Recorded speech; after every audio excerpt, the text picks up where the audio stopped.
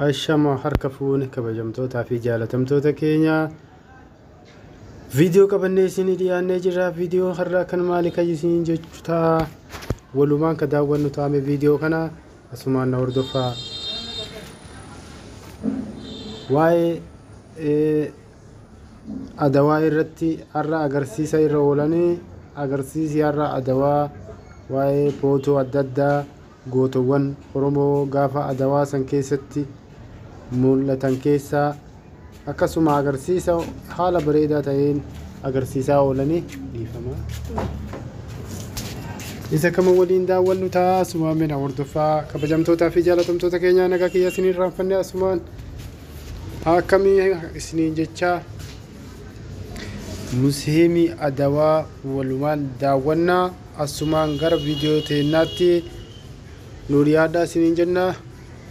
Kabajaa adawaa irra oolanii kana keessaa namni waa barata jedhamee waa laallamu asuma keessaa waa argamu footoo adda addaatiin mul'ata. Akkasuma gootowwan Oromoo warri gaafas fardaan lolan akka Abdiisaa gaafa warra gootowwan gaafas Itoophiyaaf gartee mirga dhaabbatanii dura bu'anii waraana fardaatiin warri gaafas gartee mul'annaa fi ija qaban keessa beekumsaanis gootowwan gaafas Oromiyaa gartee keessaa biqilchite keessaa agarsiisa kanarra oolanii mee walumaan haa daawwannu isiniin jaa kabajamtootaa fi jaalatamtoota keenya. Viidiyoon kun waan bilchiginnaan tolchite keessaa waan gartee egaa mootummaan badhaadhinaa tolche keessaa waan inni natti tolee viidiyoo kana isiniin jaa. Andee gara isaatii isin gara siyaasatillee miti viidiyoo kana waan irraa baradhee waan irraa xiqqoo natti tolee fi isiniif waraabee walumaan ka daawwannu ta'a kabajamtootaa fi jaalatamtoota keenya asumaan gara viidiyootiyaa walumaan haa daawwannu isiniin jaa.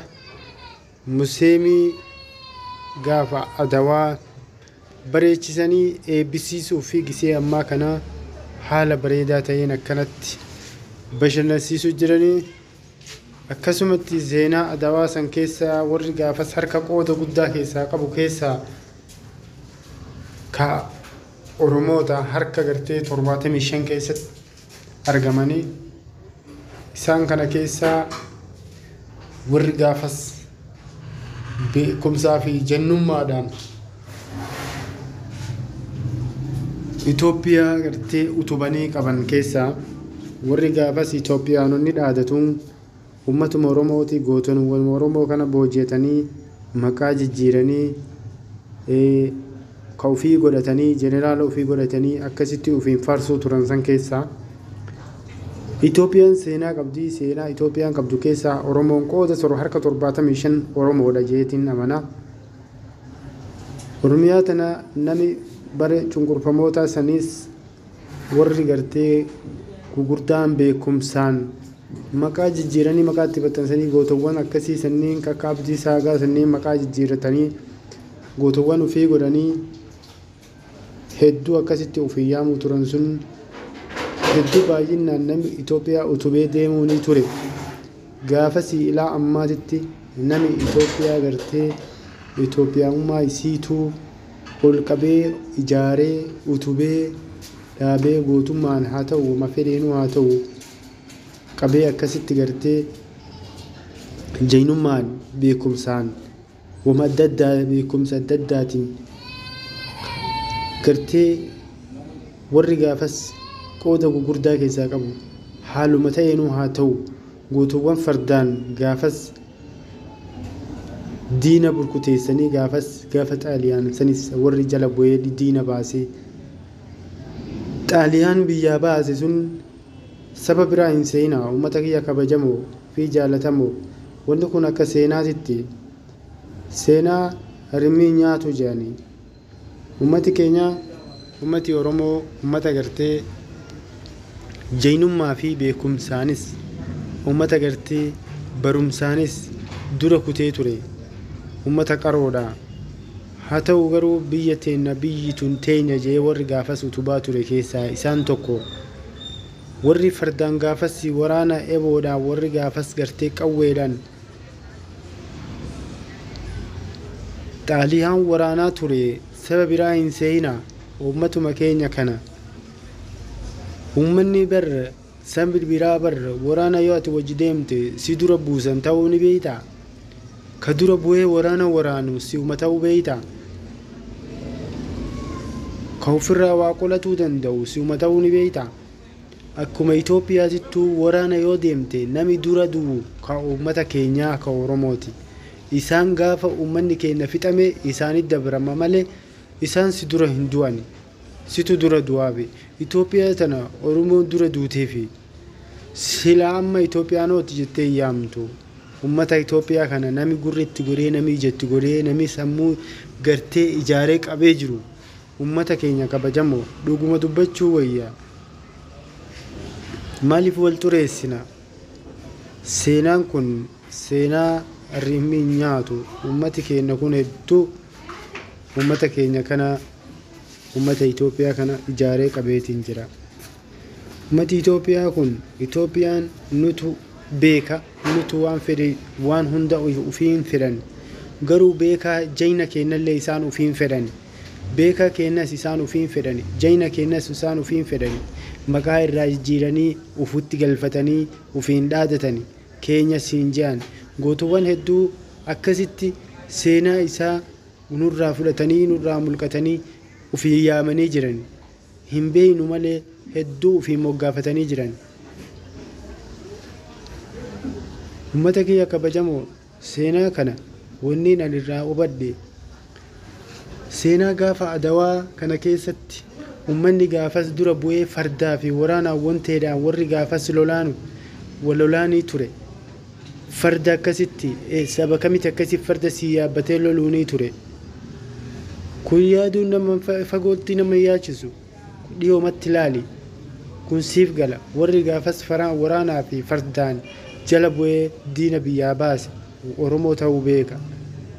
Hubaddaa uummata kiyya gootuwwan gaafasii hedduu dhabnus maqaa isaatis dhabnee seenaa isaanis dhabne isaan seenaa isaanii san ufitti deeffatanii ufii yaamuu turan. Itoophiyaa tana yoo Oromoon hin jiraanne Itoophiyaan tun eessa jirti? Mee lafatam jirti? Itoophiyaanota yoo siin jedhan Itoophiyaanota yoo Oromoo keessaa fuute Itoophiyaanoti eessatti argama? Itoophiyaa jechuun eessatti argama? Itoophiyaa jechuun Oromoodha. Oromoo jechuun Itoophiyaadha. Ani waan ajaa'ibu keessaa uummata kiyya Itoophiyaa keessaa asii of hin baasin Itoophiyaan tan teeti. Uummanni moggaa irratti argama. Ati ammoo sentaa irratti argamta. Waan ati beekuu malte. Itoophiyaa jechuun ati waan sentaa keessa jirtuuf Itoophiyaanota jechuun waluma qabadhu. Isaan moggaa irratti argaman. Itoophiyaa marsanii moggaa irratti xarafa moggaa irra jiraatan. Ati Itoophiyaa tana yoo sentaa keessatti argamta. Sentaa Itoophiyaa tana guutuu eenyu qabate ilaa daangaa haga daangaatti eenyu keessa jira. Si ta'uu beeki. Itoophiyaa jechuun si jechuun Itoophiyaadha. Maaliif moggaa of baasta? Akkasiin isiniin jaa kabajamoo uummata kiyya jaalatamoo fi kabajamoo seenaa kiyya kaarraa keessatti viidiyoo kanarraa seenaa kana dubbachuu yaade. Seenaan kun hedduu karaa na nyaate. Seenaa gaafa Adawaa eebbisiisa bakka mootummaa Abiyyii kanaan seenaan kun gabbaheetiin akkanatti mul'achuu eegale. Waa hundaafuu walumaan ka daawwannu ta'a. Sumaan na hordofaa hanga viidiyoo kana dhumaatti walumaan haa laallu.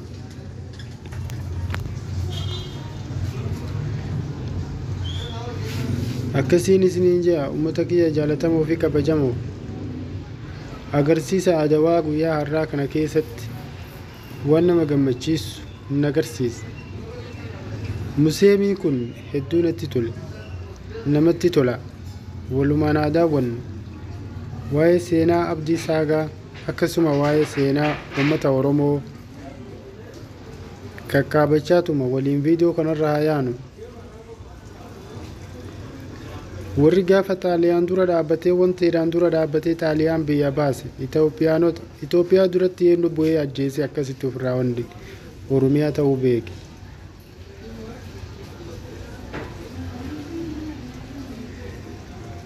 Warri akkana fardaan lolee akkanatti mul'isa qabu. Warri akkana fardaan lolee akkana ofirraa deebisee waan hunda ofirraa deebisee waraana ofirraa deebisee diina ofirraa baase. Uummata kiyya kabajamoo fi jaalatamoo, Oromoo jechuun uummata goota, uummata har'aati miti, uummata durii irraa goota ture. Mirga isaatii irraa mulqamee seenaan isaa irraa mulqamee seenaa ofii irra kaatanii ofii moggaafatan malee Itoophiyaan uummata seenaa durii qabu.